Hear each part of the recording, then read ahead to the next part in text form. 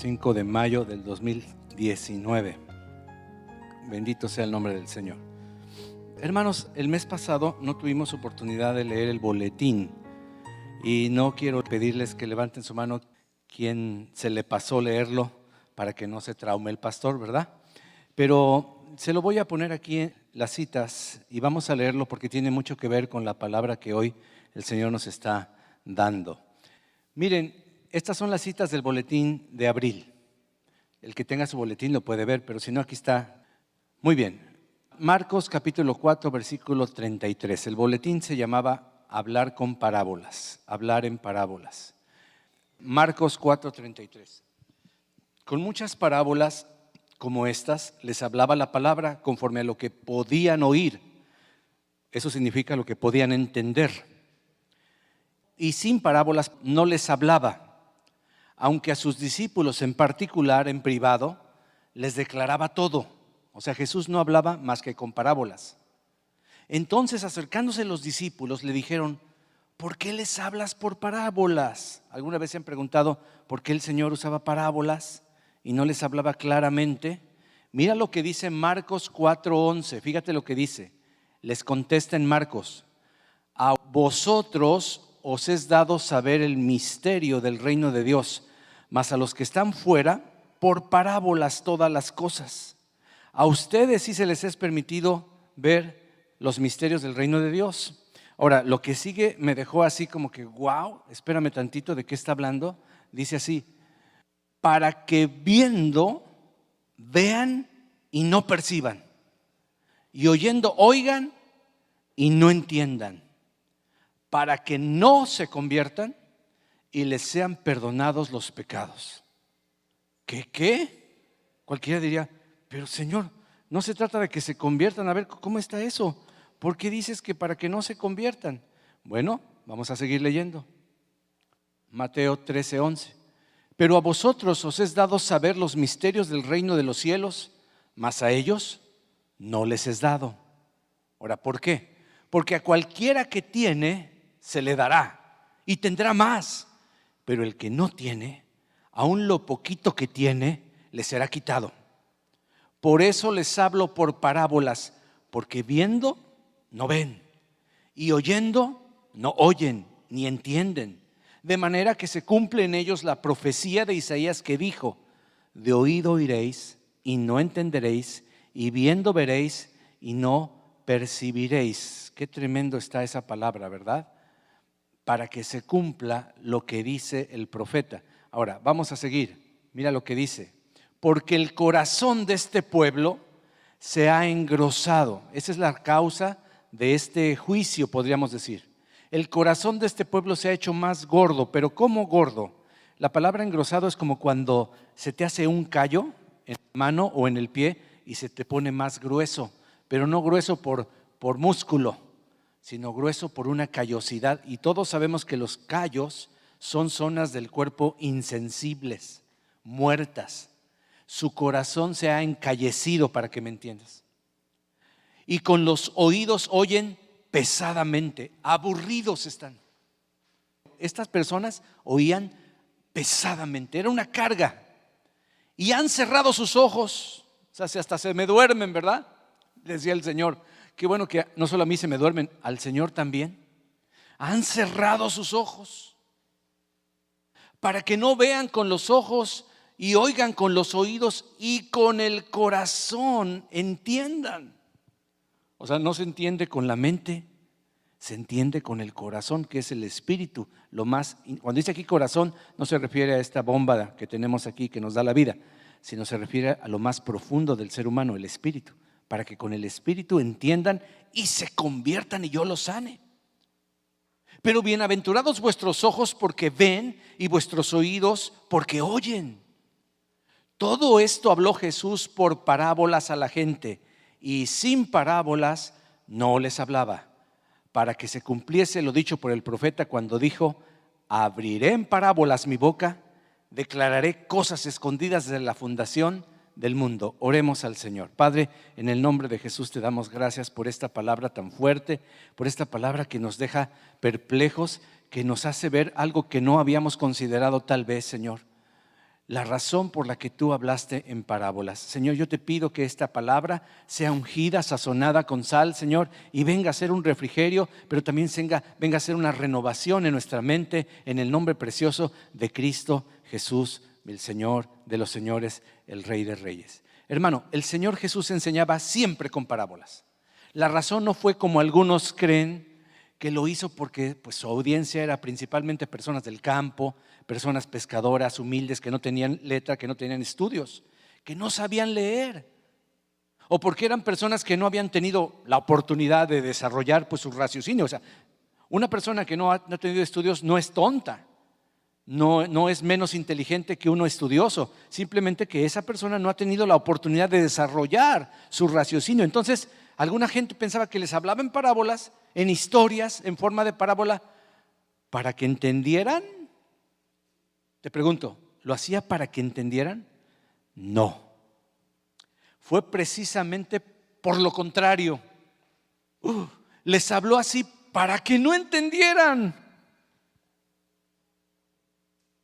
Pero ¿cómo es posible tal cosa? Bueno, les habló en parábolas para que no entendieran los que no querían entender. En otras palabras, los que no pretendían obedecer lo que Jesús decía. O sea, el Señor Jesús no gasta saliva. Los que no tenían las intenciones de hacer la voluntad de Dios, para que me entiendas. Los orgullosos, los arrogantes, los sabios en su propia opinión. No, a mí me parece que hay que hacer las cosas así. No, yo creo que así se tiene que hacer. Yo lo haría así. El Señor dice que esos sabios en su propia opinión muchas veces son estorbos para la voluntad de Dios. Personas que venían más que nada para burlarse de Jesús, no para conocerlo de verdad. Solo los humildes en espíritu, escúchame bien, podían entender y percibir las cosas escondidas.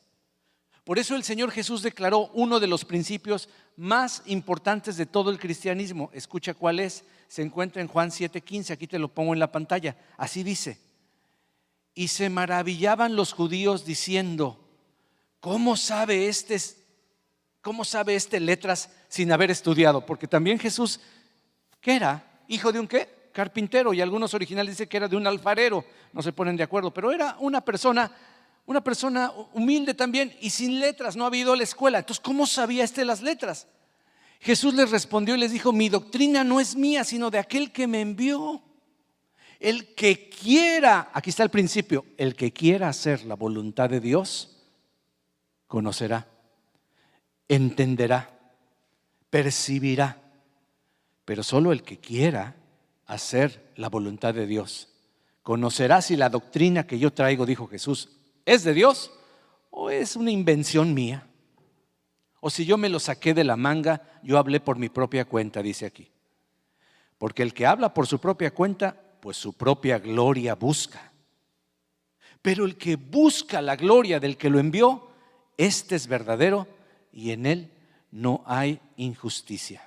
Muy bien, mi querido hermano, en el discipulado que el Señor está conduciendo a nueva generación en Cristo, se está enfatizando el aprender varias historias de la Escritura, de una forma que podamos recordarlas con exactitud. Si esto no hubiera sido hecho por nuestros primeros hermanos de la primera iglesia, no tendríamos Biblia, no tendríamos evangelios, no tendríamos todo lo que ahora tenemos. Pero ellos estaban disciplinados porque eran judíos, y los judíos desde siempre se aprendían al pie de la letra todas las historias, todos los milagros, y las repetían con exactitud. No permitían que sus niños se equivocaran. No fue 11 plagas, mijo, 10 plagas. A ver, repite, 10 plagas. A ver, dímelas en orden. Se las tenían que aprender en orden, las plagas de Egipto. Tenían que saber cómo entraron en el mar. Ellos se aprendían las historias. No había imprenta, no había grabadoras, no había videograbadoras, mucho menos. Tenían que recordar las historias e interpretarlas correctamente.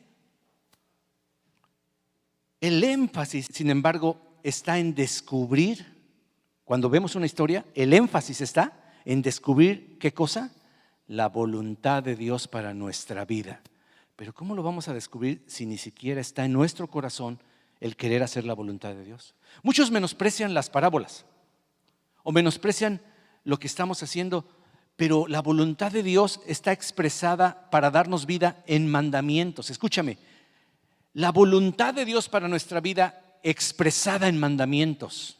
Mandamientos que dice la palabra que son vida. La mayoría de nosotros conocemos esos básicos mandamientos, pero al mismo tiempo, la mayor parte del tiempo, no los obedecemos. Por eso Jesús no dijo que seríamos bienaventurados por conocer intelectualmente sus mandamientos y sus enseñanzas. Él dijo, Juan 13:17, si sabéis estas cosas, bienaventurados seréis si las hiciereis. O sea, no se trata en el reino de Dios de saber. O sea, un pastor, un maestro, un profeta, un apóstol, saben mucha Biblia.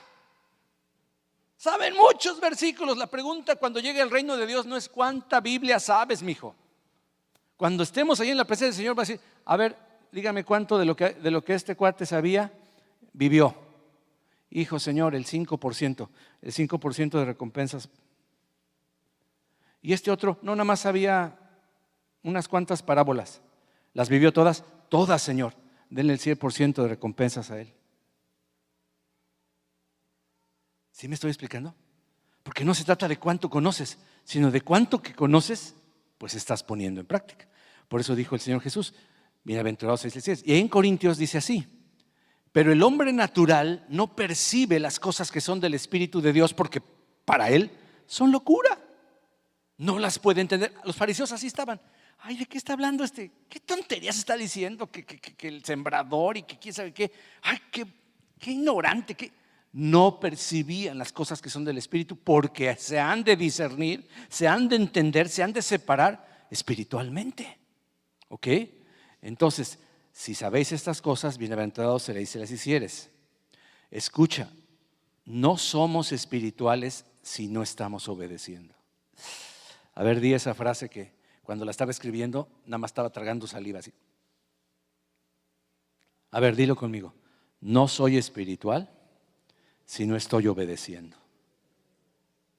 Santo. Bueno, la pregunta es, ¿obedecerás? Y así terminaba el boletín de abril. Entonces, las parábolas eran la manera en la que el Señor Jesús filtraba a la audiencia. Escúchame bien lo que voy a decir. Las parábolas era la manera en que Jesús filtraba a la audiencia. Los que entendían con el corazón humilde y sensible y los que no. Había una separación. Los que entendían el mensaje porque tenían un corazón dispuesto a obedecer y los que no, porque sencillamente se rehusaban a obedecer.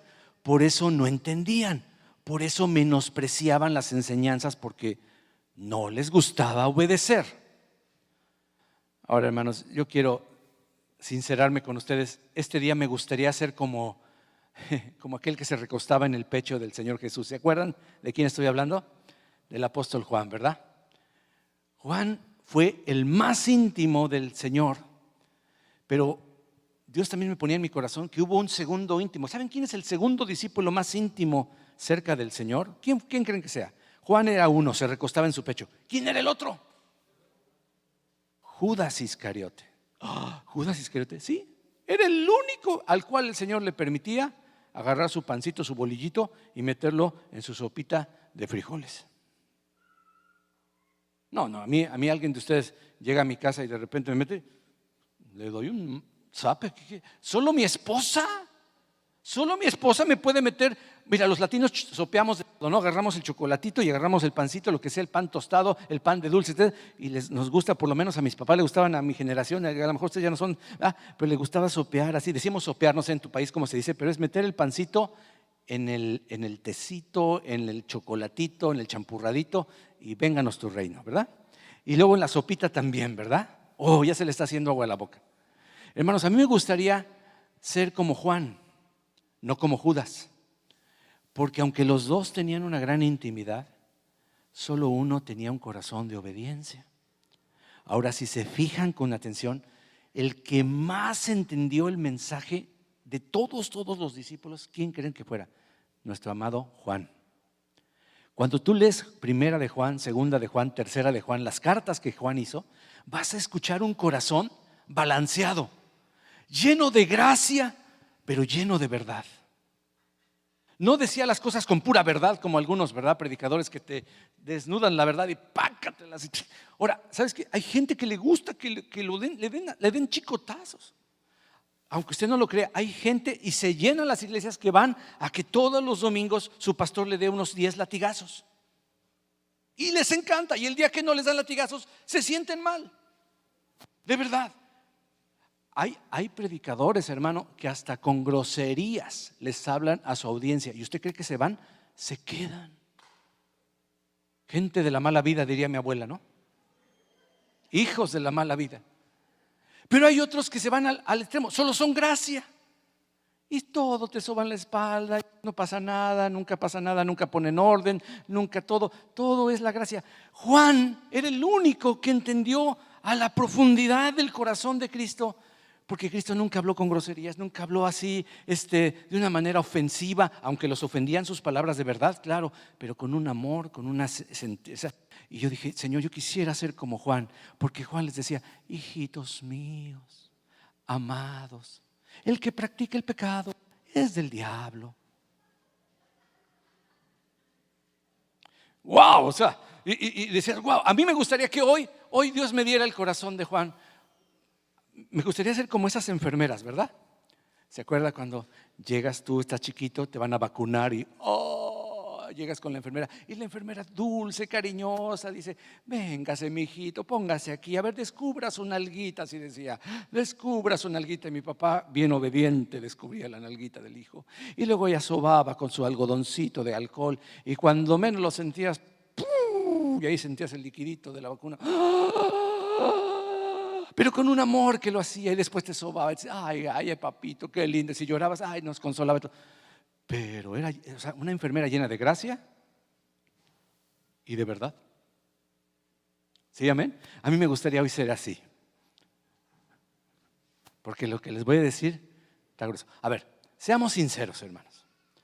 ¿A cuántos nos gusta obedecer? No digas amén porque vas a ser un mentiroso. Siempre hay un rechazo de nuestra carnota para obedecer. Siempre, siempre, siempre. Te dicen, pasa un tiempo a solas con Dios. Lee por lo menos un capítulo diario de la palabra de Dios. Te aconsejan, medita de día y de noche 1 o 2 versículos. Te dice el pastor, memorízate ese versículo con todo y cita. No, sin cita. Dale tu testimonio de 30 segundos a alguien el día de hoy. Trata, inténtalo. Te dicen, haz tu hojita con tu círculo de influencia llamado oikos. Y mira, hay gente que yo sé que va a decir, no, pues, ¿para qué la hago, pastor? Si no voy a orar por ellos. ¿Para qué la hago? Bueno, aprecio tu sinceridad, hermano, pero tu sinceridad no te va a salvar de las consecuencias de no obedecer. ¿Te has preguntado por qué aún no has hecho tu hoja? ¿Te has preguntado por qué algunos de ustedes todavía no han hecho su hojita? No, es que yo no vine ese jueves. No, yo repetí toda la clase del jueves en una predicación y te puedo decir cuál es. Todo el curso 4:11 te lo volví a repetir a todos, así que no hay excusa. Pero te has preguntado por qué aún no has hecho tu hojita y por qué, aunque ya hicimos la hojita, no oramos por nuestros prójimos. Voy a incluirme. ¿Por qué aún teniendo la hojita pasa la semana y no oramos por nuestros prójimos, o sea, nuestros próximos? Esa es la hojita de próximos. O sea, no es fácil ser discípulo de Cristo. Ahora sí saca el boletín de hoy. Le titulé, no es fácil ser discípulo de Cristo. Así se llama el boletín de este día. Y vamos a leer las citas de ese boletín. Pon mucha atención porque lo que voy a decir fue el momento más grueso, más difícil del ministerio de nuestro Señor Jesús. Lo que vamos a ver hoy es el momento donde era un parteaguas en el ministerio de Jesús, o sea, antes y después de este evento. Antes de este evento había multitudes que seguían a Jesús. Después de este evento, nadie quería seguir a Jesús. ¿Qué pasó? A ver, acompáñame. Juan capítulo 6, versículo desde el 51, voy a usar la Reina Valera contemporánea, y dice: yo soy el pan vivo que descendió del cielo. Si alguno come de este pan, dijo Jesús, vivirá para siempre. Y el pan que yo le daré es mi carne, la cual daré por la vida del mundo. ¿Qué sucedió? Los judíos, las multitudes, discutían entre sí y decían: ¿y cómo puede darnos a comer su carne? Pues estaban discutiendo y murmurando del Señor. ¿Qué dice el siguiente verso? Jesús les dijo: de cierto les digo, si no comen la carne del Hijo del Hombre y beben su sangre, no tienen vida en ustedes. Ahora, ponte a pensar, tú ya sabes lo que es la carne y la sangre. Imagínate que tu líder, nunca has oído eso, te dice: tienes que beber mi sangre y tienes que como comer mi carne. Cualquiera se hubiera quedado así. ¿Qué le pasó ahora sí al líder? ¿Qué le pasó al pastor? ¿Qué le pasó al Mesías? ¿Qué? Y empezaron a murmurar, empezaron a discutir entre ellos. Algunos decían: está hablando en parábolas. ¿Cómo? No sé. No sabían qué es lo que estaba sucediendo. Fíjate lo que sigue. El que come mi carne, Jesús les dijo, me salté. Jesús les dijo: de cierto les digo, si no comen la carne del Hijo del Hombre y beben su sangre, no tienen vida en ustedes. Están muertos. Caray. El que come mi carne y bebe mi sangre tiene vida eterna, y yo le resucitaré en el día final. ¿Qué más dice? Porque mi carne es verdadera comida y mi sangre es verdadera bebida. Hermano, yo no sé si en tu rancho tú bebiste alguna vez sangre de toro o algo así, pero yo soy de ciudad. No me haces probar un trago de sangre por nada del mundo. No me lo haces probar. Además de que la Biblia no lo recomienda, no es bueno tomar la sangre de los animales porque hay muchas bacterias que puede haber ahí. Entonces, está prohibido para los cristianos la moronguita y está prohibido para los cristianos la sangre. Luego te lo dejo de tarea, revísalo, ¿verdad? Así como el Padre viviente me envió y yo vivo por el Padre, así también el que me come también vivirá por mí. Hijo, yo me imagino cómo estaba la audiencia con estas palabras. Señalándose a él mismo, es el pan que descendió del cielo, su servidor, decía el Señor Jesús. No es como el pan que comieron los padres de ustedes y murieron. No. El que come de este pan vivirá eternamente. Jesús dijo estas cosas en la sinagoga cuando enseñaba en Capernaum. ¡Wow! ¡Qué tremendo! Jesús, al darse cuenta de que sus discípulos, ahora ya no era la gente, atención, ya eran los 70, incluyendo los 12. Ahora no la gente, los discípulos comenzaron también a murmurar acerca de esto. Les dijo a los 70: ¿esto les resulta escandaloso? ¿Esto los ofende? Están sacadísimos de onda, hermano. Pues ¿qué pasaría si vieran al Hijo del Hombre ascender a donde antes Él estaba? Y luego les da la explicación, pero por supuesto que la gente que tenía un corazón entendible la agarró, el que no la agarró. Me faltó el 60, deja ver si lo puse o me salté. No lo puse. ¿Cómo dice el 60? Dice el 60. Al oír esto, ese me está buenísimo, no lo puse, está muy grueso. Al oír esto, el 60, muchos de sus discípulos dijeron, y esto es bien importante: dura es esta palabra. A ver, dígalo conmigo: dura es esta palabra. Otra vez, dígalo otra vez: dura es esta palabra. ¿Quién puede escucharla? Dura es esta palabra. ¿Quién puede escucharla? Significa obedecerla. Acuérdense que estaba hablando con judíos. Los judíos, cuando hablaban de escuchar, no hablaban de oír un ruido, sino de obedecer. Jesús, al darse cuenta de que sus discípulos murmuraban acerca de esto, les dijo: ¿Esto les resulta escandaloso? ¿Esto les ofende? Pues ¿qué pasaría si vieran al Hijo del Hombre ascender a donde antes Él estaba? Y luego les da la explicación, póngame atención. El Espíritu es el que da vida, la carne, y es la misma palabra que usó, la misma. Tú te vas al original y es la misma carne, el mismo término para carne que usó en los versos anteriores. La carne para nada aprovecha.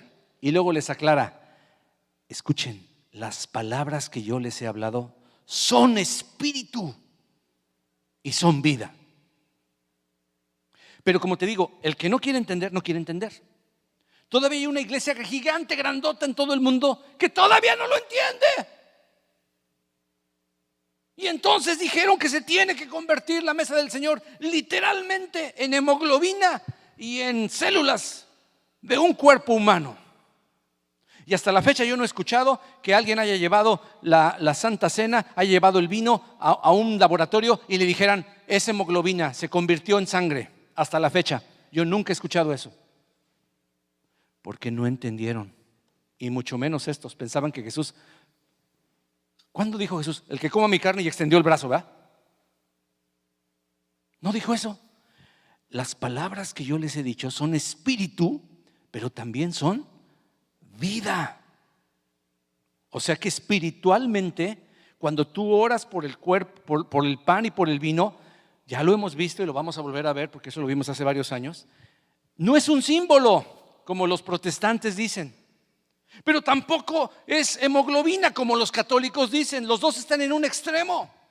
Unos aquí diciendo que solo es un símbolo, no pasa nada, así que la puedes tomar tú, tus niños, el que quiera, no pasa nada, no va. Y Pablo decía, por haberla tomado indignamente, serán culpados del cuerpo y de la sangre de Cristo. Estos dicen, no, cuidado, se convierte en el cuerpo y la sangre de Cristo, así que cuidado con las migajitas. Y ves al sacerdote haciéndole así para que las migajitas, ninguna migajita pueda caer abajo, porque es el cuerpo literalmente, y una gotita de vino es la sangre de Cristo. No se puede despreciar absolutamente nada. Ni unos ni otros están en lo cierto. La palabra de Dios nos deja saber que no es un símbolo, pero tampoco es una transubstanciación, sino que espiritualmente son espíritu, pero dan vida. Amén. Lo veremos cuando estemos hablando de esto. O sea, no es un símbolo solamente, es una realidad espiritual. Efectivamente, cuando tomas la mesa del Señor, es el cuerpo y la sangre de Cristo, pero no como ellos lo pensaban. No son hemoglobina ni células del cuerpo humano. Pero luego dice el Señor, pero hay algunos de ustedes que no creen. O sea, no van a entender porque ya de por sí no creen. Y es que Jesús sabía desde el principio quiénes eran los que no creían y quién lo entregaría. De esa multitud que les dio de comer, les hizo milagros, les hizo bendiciones, beneficios. De esa multitud, de ellos y algunos de los discípulos serían los que entregarían a Jesús, incluyendo a Judas Iscariote, su íntimo. ¿Por qué? Porque Jesús sí sabía desde el principio quiénes eran los que no creían y quién de toda esa bola lo iba a entregar. Pero mira qué dice después. Así que dijo, por eso les he dicho que ninguno puede venir a mí si el Padre no se lo concede. Ninguno de ustedes puede venir a mí si el Padre no se lo revela, no se lo concede. Y sigue diciendo la Escritura así. Vean este pasaje tan grueso. A partir de entonces, vuelve a repetir el 66. Muchos, diga conmigo, muchos de sus discípulos, de los discípulos, no de los seguidores de la bola, de los discípulos, dejaron de seguirlo y ya no caminaban, ya no andaban con él, ya no. Como te dije, este fue el parteaguas del ministerio de Jesús. ¿Cuándo? Cuando les dijo, descubra su nalguita y ahí va la medicina. Eso es lo que hizo el Señor Jesús. Entonces Jesús dijo a los 12, también ustedes, ahora se va con los 12. Primero la multitud, luego los 70 y ahora a los grupo élite. ¿ustedes también quieren irse? Y entonces dice la Escritura que Simón Pedro le respondió: Señor, ¿a quién iremos? Tú tienes palabras de vida eterna. Como dice el original, solo tú tienes palabras de vida eterna. Y nosotros hemos creído y sabemos que tú eres el Cristo, el Hijo del Dios viviente. Bendito sea nuestro hermano Pedro, que nos salvó la vida, ¿verdad? Ahora, déjame leer. Nuestro Señor tuvo mucha gente que lo seguía. Tuvo multitudes. Posteriormente llegó a tener 70 discípulos fieles y de ellos escogió a 12 para que estuvieran con él, dice la Escritura, ¿sí o no? De esos 12, atención, hubo 3 que fueron sus íntimos. Y de esos 3, solo uno se recostaba en su pecho. Wow. Como podemos observar en esta historia, la multitud de seguidores del Señor, al oír las palabras de Jesús y no pudiéndolas entender, comenzaron a discutir entre ellos, comenzaron a murmurar de Jesús en el 52 y lo abandonaron. Después los 70, o sea los 58 restantes, ¿verdad? Los que quedaron, 70 menos 12, 58. Al oír las palabras de Jesús dijeron: estas son palabras duras. Estas son palabras duras. Versículo 60. Y no pudieron seguirle más. Después sus 12 discípulos también tragaron saliva al escuchar la pregunta de su maestro: ¿ustedes también se quieren ir? Ay, híjole. Yo me pregunto, brother, ¿qué cara tendría el Señor Jesús cuando volteó a verlos y les hizo tremenda pregunta? ¿Ustedes también se quieren ir? ¿Ustedes también? Porque dice la Biblia que volteó a verlos. O sea, ¿cómo sería su mirada, brother? ¿Cuál sería la mirada del Señor Jesús? ¿Cuál sería la cara de los 12 flamantes apóstoles al ser confrontados tan abruptamente por esa clase de pregunta? ¿Cuál sería la cara? ¿Te la puedes imaginar? Bueno, el Señor Jesús tenía entre sus 12 a 3 discípulos aún más comprometidos, más allegados a él. ¿Quiénes eran? Pedro, Juan y el hermano de Juan, Jacobo. Estos 3 son parte de los primeros que, dejando las redes, dejando a su padre, dejando las barcas, dice la Escritura, lo siguieron de inmediato. Mira lo que dice, te lo voy a poner aquí en el PowerPoint. Mientras Jesús caminaba junto al lago de Galilea, vio a Simón y a su hermano Andrés. Estaban echando la red al agua porque eran pescadores. Siguiente verso. Jesús les dijo, estoy leyendo Marcos 1, 16, 17. Jesús les dijo: síganme y yo haré de ustedes pescadores de hombres. Enseguida, todo el mundo diga enseguida. Al rato, pastor, no tengo tiempo, o sea, al rato. La próxima semana voy a salir de vacaciones. Cuando regrese, búscame, llámame, échame un texto. Si lo veo, te contesto. ¿No, verdad? Enseguida ellos dejaron sus redes y lo siguieron. Un poco más adelante, Jesús vio a otros 2 hermanos, Jacobo y Juan, hijos de Zebedeo, quienes estaban en la barca y remendaban sus redes. Enseguida Jesús los llamó y ellos dejaron a su padre Zebedeo en la barca con los jornaleros y lo siguieron. ¡Wow! ¡Qué grueso! Uno de ellos, solamente uno de esos 3, fue el que alcanzó a decir las palabras célebres: Señor, ¿a quién iremos si solo tú tienes palabras de vida eterna? Ahora, escúchame esto que voy a decir. No se duerma, porque ahora sí, este que no me sirvió me va a servir de proyectil. Yo creo que este que no me sirvió. O sea, tengo buen tino, abusado. No se duerma. Escúcheme lo que voy a decir. Jesús, por amor a las multitudes y al mundo entero, tuvo que dejar de atender a las multitudes. También tuvo que darles menos tiempo a los 58 que quedaban.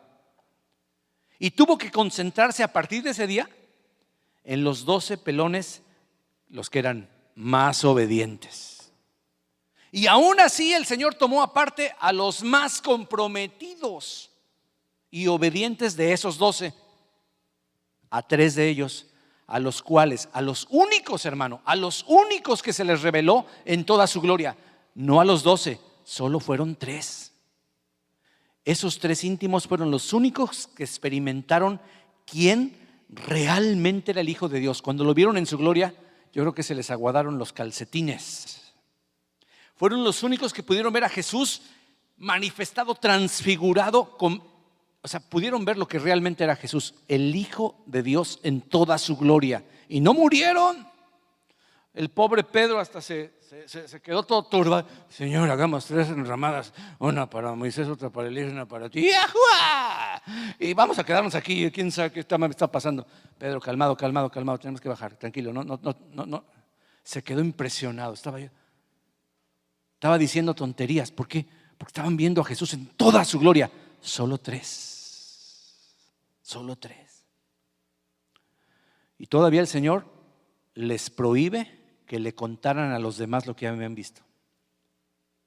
No pueden contar cosas de lo que han visto. Hay gente, hermano, lo digo con mucho respeto, con mucho amor.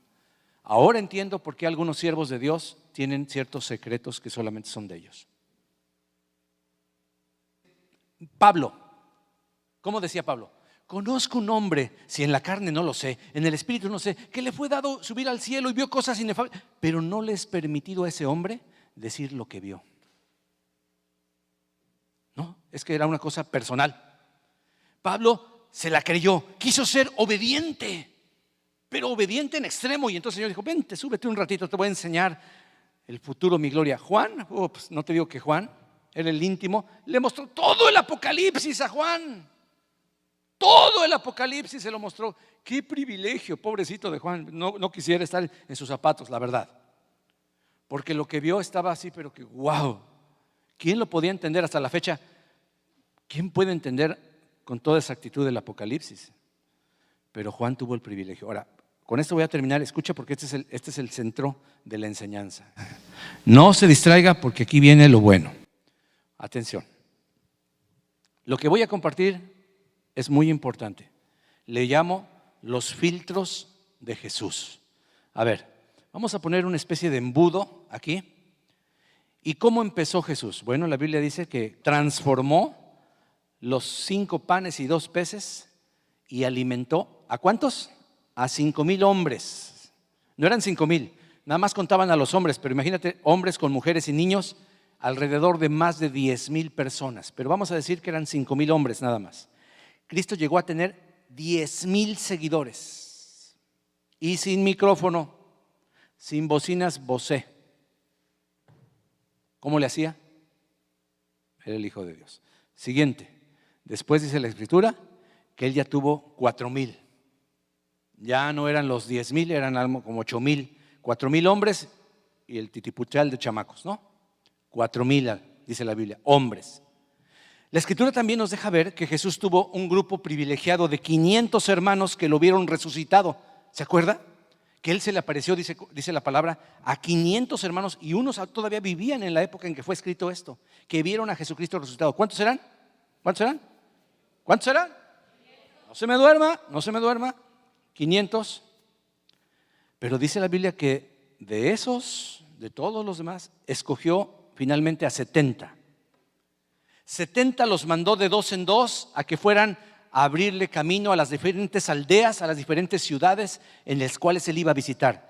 De esos 70 un día les dijo: voy a escoger a 12. Se subió al monte, estuvo toda la noche orando, pidiéndole al Señor, al Padre, ¿quiénes de esos 70 van a ser mis apóstoles, mis enviados? Y escogió a 12. Y después de esos 12 vio a los más comprometidos y dijo: son Pedro, Jacobo y su hermano Juan. Sí, los famosos hijos del trueno. Estos que decían: híjole, qué carácter tiene Juanito. Juanito tenía un carácter. Santiago tenía un carácter. Híjole, Jacobo o Santiago es el mismo nombre para que no se confundan. Jacobo se les llamaba Santiago en griego y Jacobo en hebreo, ¿verdad? Pero es el mismo personaje. Cuando ven un Santiago es un Jacobo, cuando ven un Jacobo es un Santiago. Y están ahí, y eran los hijos del trueno, los que le dijeron a Jesús: ¿quieres que mandemos que caiga fuego del cielo y los consuma? Y les puso una zarandeada del Señor, 2 par de cachetadas para que se les quite. Pues esos llegaron a ser más comprometidos. ¿No fue Pedro el único que dijo: Señor, manda que yo vaya y yo iré, y bajó el pie de la barca? El único. Y Jesús dijo, ven, obedéceme. Y ahí fue el Pedro. Imagínate los demás. Qué experiencia. Claro, desvió su mirada, se hundió, pero el Señor lo levantó, hombre de poca fe. Pero fue Pedro. Eran gente bien comprometida y de esos 12 Cristo escogió a 3. Entonces ya vimos en Juan 6, 53 al 60 que Jesús puso un filtro y les predicó lo que ellos llamaron, ¿cómo llamaron? Palabras duras. Estas son palabras duras. Dura es esta palabra. Ese es el primer filtro de Jesús. ¿Quién va a considerar mis palabras como palabras difíciles, duras? No, me la puse, no, me la está poniendo muy difícil el Señor. Bueno, ahí empezó el primer filtro, la primera cernida. También vimos en Mateo 13, 34, 36, ¿cuál es el siguiente filtro? Las parábolas. Quien tenía un corazón humilde entendía porque quería obedecer y seguía adelante. El que no, las parábolas eran más que nada un tropiezo. Se quedaban así, ¿qué dijo? No podían. Entonces, otro filtro para separar quiénes sí que entendían y quiénes no. Tercero, dice Marcos 10, 17 al 23, y lo vamos a ver al mero final, que se acercó un joven rico que tenía mucho dinero y le dijo, te quiero seguir. El Señor le dijo, sí, cómo no, cumple estos mandamientos. Ya los cumplí, Señor. Bueno, solo te falta una cosa, vende todo lo que tienes, dalo a los pobres, sígueme. No pudo. Así que el tercer filtro se llama entrega. La entrega. ¿Cuál es más comprometido? ¿Cuál está dispuesto a hacer cosas radicales para el Señor? Ahora, nosotros aquí en la nueva generación tenemos filtros también, y Dios nos ha puesto filtros, y el primer filtro que nosotros estamos esgrimiendo es el evangelismo. Cuando tú das tu testimonio de 30 segundos y explicas el círculo de 3, algunos no saben ni lo que estoy diciendo, pero cuando testificas el evangelismo, ahí va a haber personas que te digan, no, yo no estoy preparado, yo no estoy listo para el evangelismo. Bueno, no significa que no le vas a hacer caso de a partir de hoy. No, simplemente es que todavía no está listo. Tú tienes que seguir orando con tu oikos. Si es algo que no está en tu oikos, que lo conociste en el gimnasio, lo conociste en el mercado, lo conociste en un mall, lo conociste, no sé, en la escuela de tu hijo, en el trabajo de tu esposo, en un picnic que hicieron, le compartiste el evangelio y de repente ella dijo, no, pues yo todavía no. Bueno, no te preocupes, apunta su nombre, sigue orando con él. Pero ya Jesús ya no les dio tiempo a ellos. Con su evangelismo, Él se dio cuenta quién estaba listo y quién no. O sea, las multitudes dijo, bueno, no los dejó de amar, no los dejó de hacer servicios, nunca los dejó de amar, nunca dejó de servirles, pero ya no pasó el tiempo que antes pasaba con las multitudes. El primer filtro es el evangelismo. El segundo filtro es el entrenamiento 4:11, ¿se acuerdan? Yo lo prediqué aquí todo el 4:11 para aquellos que no pudieron venir ese jueves. ¿Cuál es la parte difícil del 4:11? ¿Saben cuál es? La cuarta parte donde dicen cuándo vas a hacer lo que tienes que hacer. A nadie le gusta que le pongan metas de cuándo lo vas a hacer. Mire, hermano, cuando usted va a un trabajo, y sobre todo si eres un supervisor, alguien de autoridad, sí o no, Enrique, te ponen metas. Y te preguntan, ¿para cuándo vas a tener esa cocina lista y funcionando? Y entonces Enrique tiene que poner a moderar, a pensar, dijo, caray, pues me la entregaron hecha un desastre, no tiene esto, no tiene lo otro, voy a necesitar esto y esto, pero yo creo que en 3 meses esa cocina está flamante. Bueno, 3 meses. Porque siempre en todo lugar te dicen cuándo, no sé qué vas a hacer, sino cuándo lo vas a hacer. Hasta la novia te dice, ya me dice que me quieres, ¿cuándo? ¿Cuándo, anillito? ¿Cuándo? A mí no me diga, así me dijo mi novia. No, ¿cuándo? A mí deme fecha. En el 3:11, en el 4:11, perdón, en el entrenamiento 4:11, hablamos de lo que es un verdadero cristiano, aquel que no solamente es nueva criatura, sino es embajador de Cristo. Y luego vimos el oikos, ahí es donde está el oikos. Pero si todavía ni tienes el oikos. Muchos de ustedes, y lo digo así, la verdad, no quisiera creerlo, pero espero que esté bien, bien equivocado, pero ni siquiera se acuerdan qué es eso del oikos y de la hojita de influencia. ¿Dónde está tu hojita? Y si tienes tu bendita hojita, ¿has orado al Señor? ¿Hemos orado por la bendita hojita? Entonces es otro filtro. El 4.11 es otro filtro. Pero ahí te va el filtro más grueso, que es la reunión de discipulado en el formato de 3/3. Lo que estamos haciendo los jueves. La reunión de discipulado de los 3/3. ¿Qué hacemos en esa reunión? Atención, lo primero que buscamos es la flecha para atrás, donde vemos qué es lo que hicimos antes. Y esa es la parte, hermano, bien gruesa, porque ¿sabes qué? Nos preguntan, a ver, hermanito Braulio, vimos la semana pasada el orar. ¿Oró usted? A ver, hermanita Carla, la semana pasada vimos que íbamos a dar nuestro testimonio. ¿Lo dio? A ver, hermanita Rosalba, la semana pasada vimos el mandamiento de… ¿Cuál te gusta, Rosalba? ¿Okay? De dar, todavía no vemos el de dar, ¿verdad? El del amor. ¿A quién albergaste? ¿A quién diste de comer? ¿A quién le mostraste prácticamente el amor? No hubo nadie.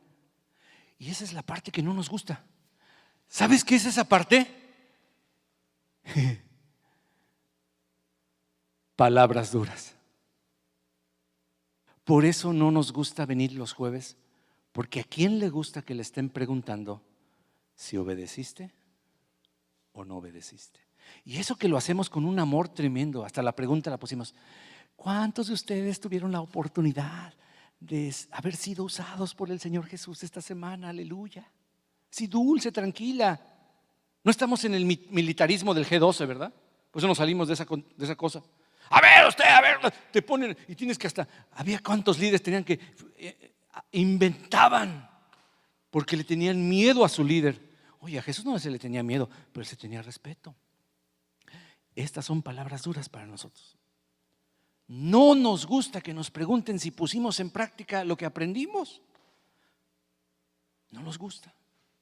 Y por eso algunos dijeron: no, pues si se trata de eso, mejor no voy los jueves. Porque qué vergüenza que me pregunten y yo diga… Bueno, imagínate el que está dando la clase o su pastor, que le digan: a ver, hermano, oró por su oikos. Y ni modo, ahí no podemos mentir. ¿Saben qué? Esta semana no oré por mi oikos, me arrepiento. Pues ni modo, ahí no hay pastores, ahí todos somos discípulos y tenemos que confesar. ¿Sabes qué? Algunos ni siquiera lo han hecho. Pero ¿por qué no venimos? Porque Jesús nos está preguntando algunas cosas y nosotros decimos que son palabras ¿qué? Palabras duras.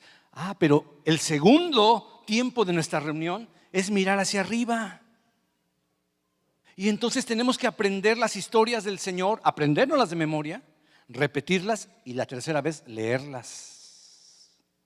Y cuando hacemos eso empezamos a descubrir, y muchos se quedan así: pues esto no tiene nada, o se empiezan a… no entienden, porque es el segundo filtro. Esas son las parábolas. El segundo tiempo de la reunión son las parábolas, el segundo filtro del Señor.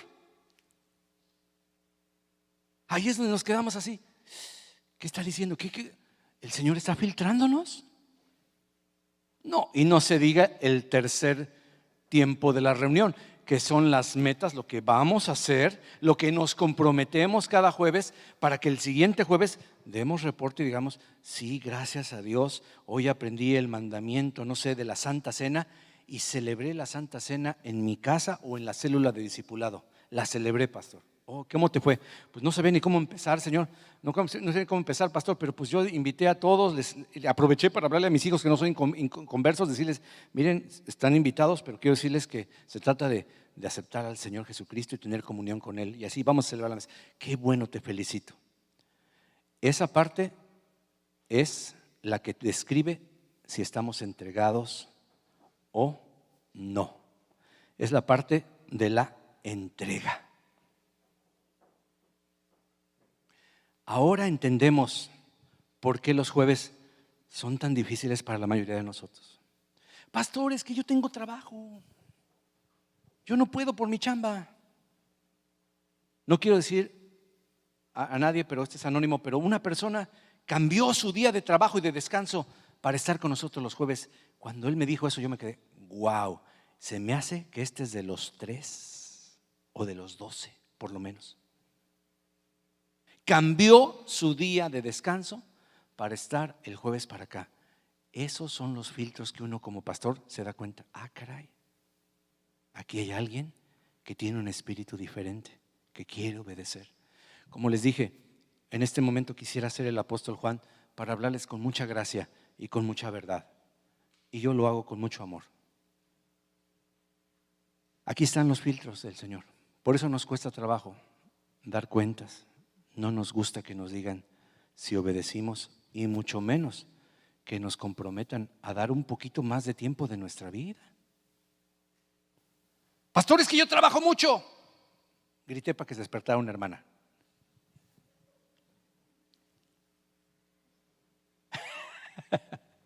Pastor, es que estoy. A ver, vamos a ver la última cita que yo dije que le íbamos a ver hasta el final. Marcos capítulo 10, versículo 17 al 23. Vaya conmigo a Marcos capítulo 10, 17 al 23. El último y gran filtro que puso Jesús para ver quién era quién. Marcos 10, 17. Mira lo que dice. Marcos 10, 17. Al salir él para seguir su camino, vino uno corriendo e hincada la rodilla delante de él, le preguntó: Maestro bueno. ¿Por qué le diría así? Quería una sobadita de espalda. Quería una caricia, ¿verdad? Una cachetadita de amor, o sea, un besito. Maestro tierno, maestro lindo, maestro bueno. Ay, maestro, ¿qué haré para heredar la vida eterna? Jesús le dijo: ¿por qué me llamas bueno, Salamero? ¿Por qué me llamas bueno, si hubiera sido mexicano, ¿por qué me llamas bueno, barbero? Lambiscón. Ninguno hay bueno, sino solo uno, Dios. Pero los mandamientos sabes. A ver, no adulteres, no mates, no hurtes, no digas falso testimonio, no defraudes, y honra a tu padre y a tu madre.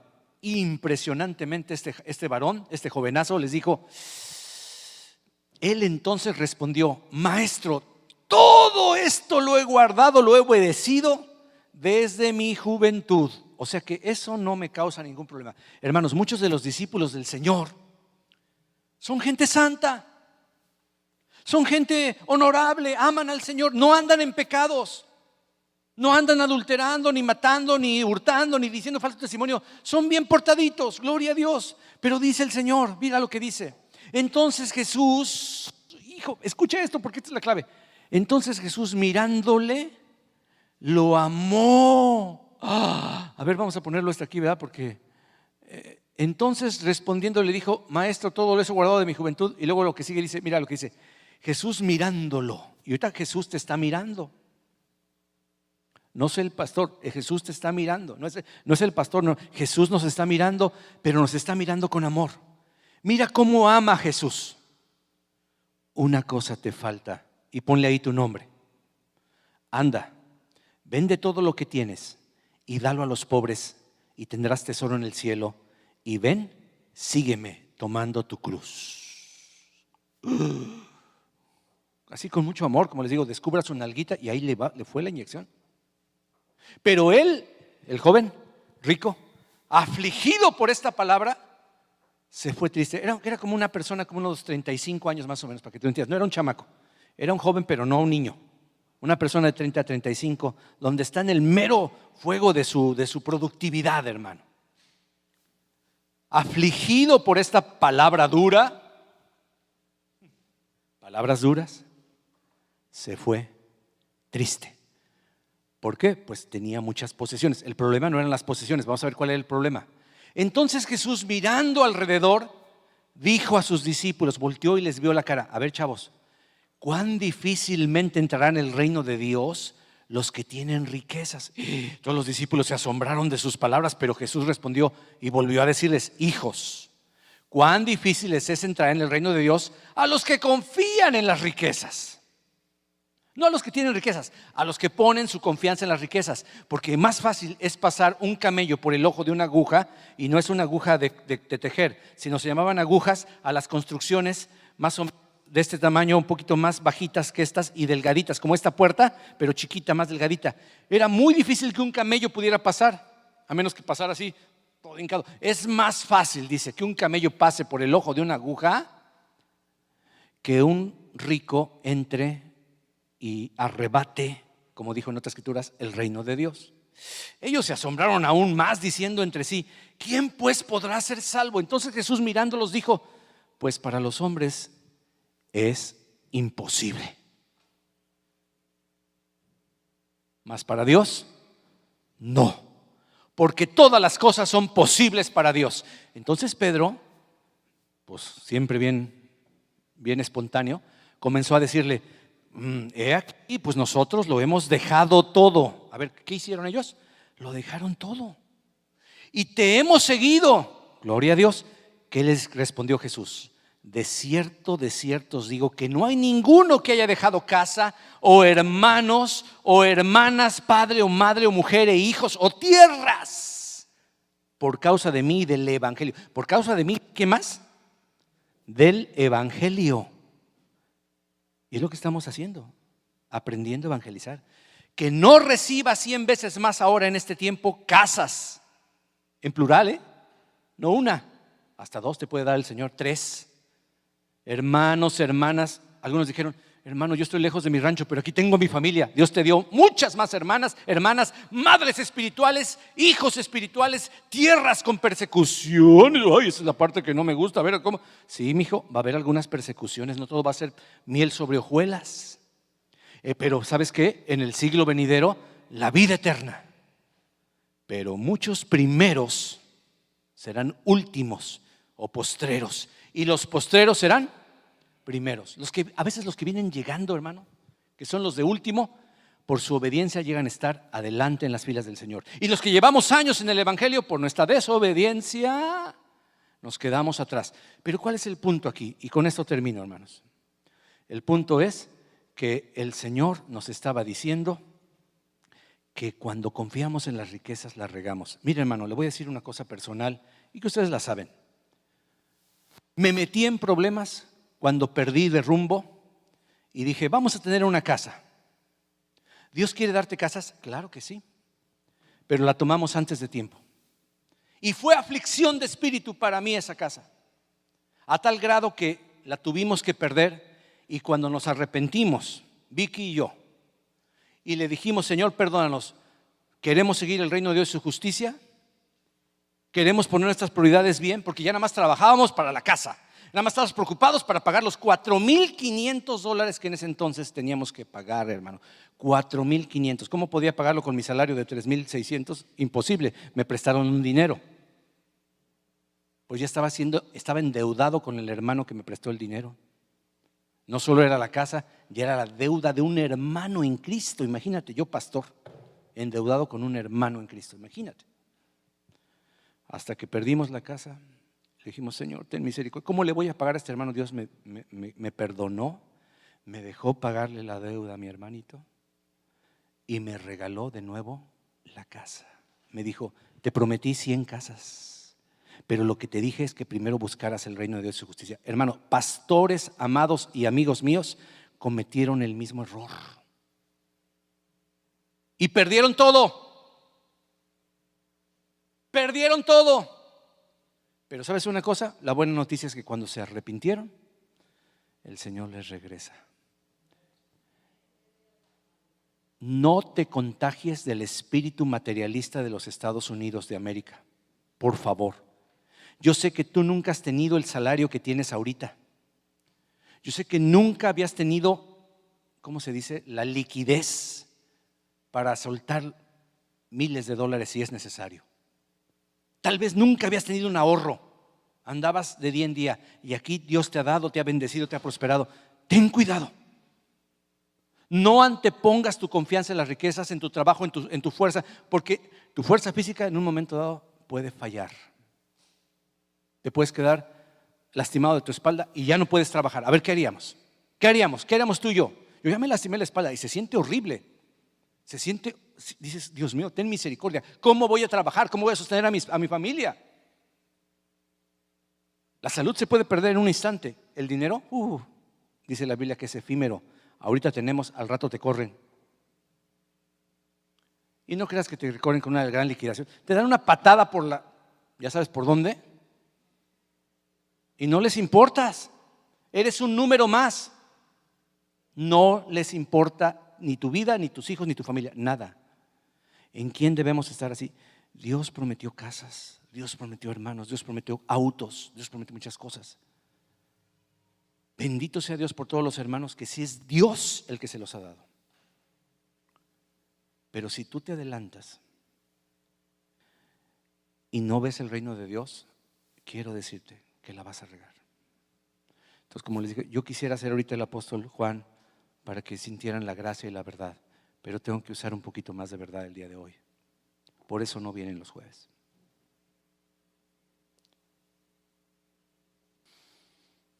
Vamos a ponernos de pie, hermano, por favor.